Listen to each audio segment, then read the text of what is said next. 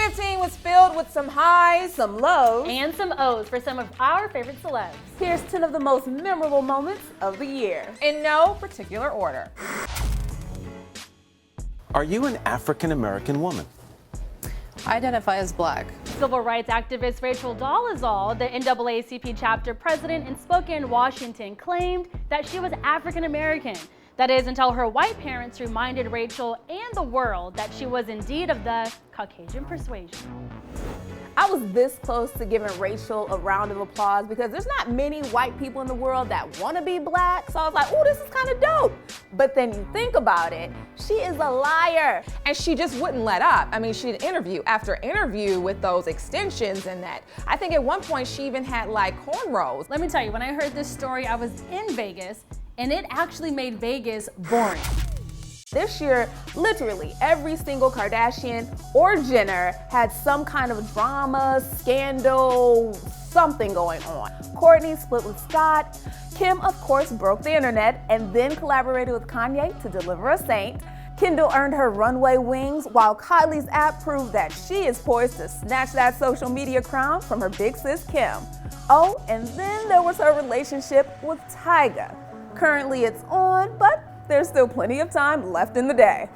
Khloe found her way back into the league, while her ex Lamar Odom found his way to a brothel, and then the ICU. But the biggest change, Bruce became Caitlyn. How can you not like them? And honestly, watching the show, their asses, you're just like, What? I really do think there's like some bad juju over the man in the family. My goodness, we haven't seen Rob since he probably graduated and went to prom like 4 seasons ago. You know who I really feel sorry for? Lamar Odom. He is the one that really got hurt in this whole situation. If I was Corey and Tyga, I'd pack up my things and get up out of there. So according to Google, Lamar's apparent drug overdose actually trended at #1, and get this, it fell above the Charlie Hebdo attacks in Paris. That's absurd.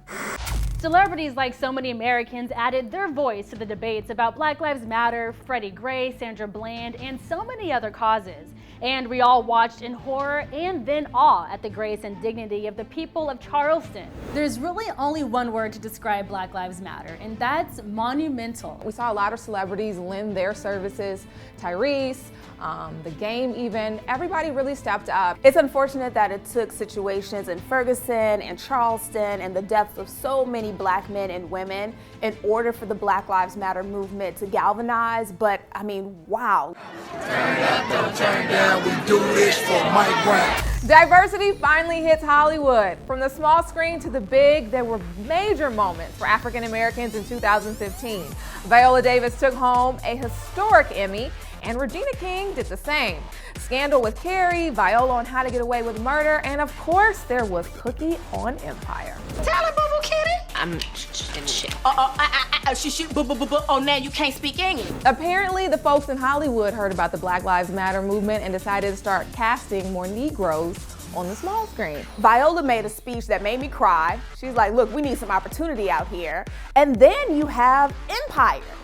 And it just took over. You got white people wanting to be Cookie. And all I gotta say is, it's about damn time.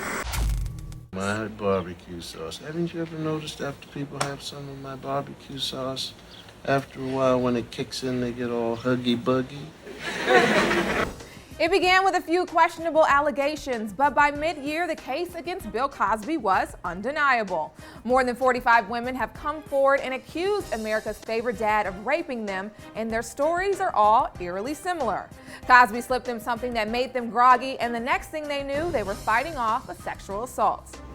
Mind blown. Bill Cosby? Heathcliff Huxtable was responsible for raping over 45 women, allegedly.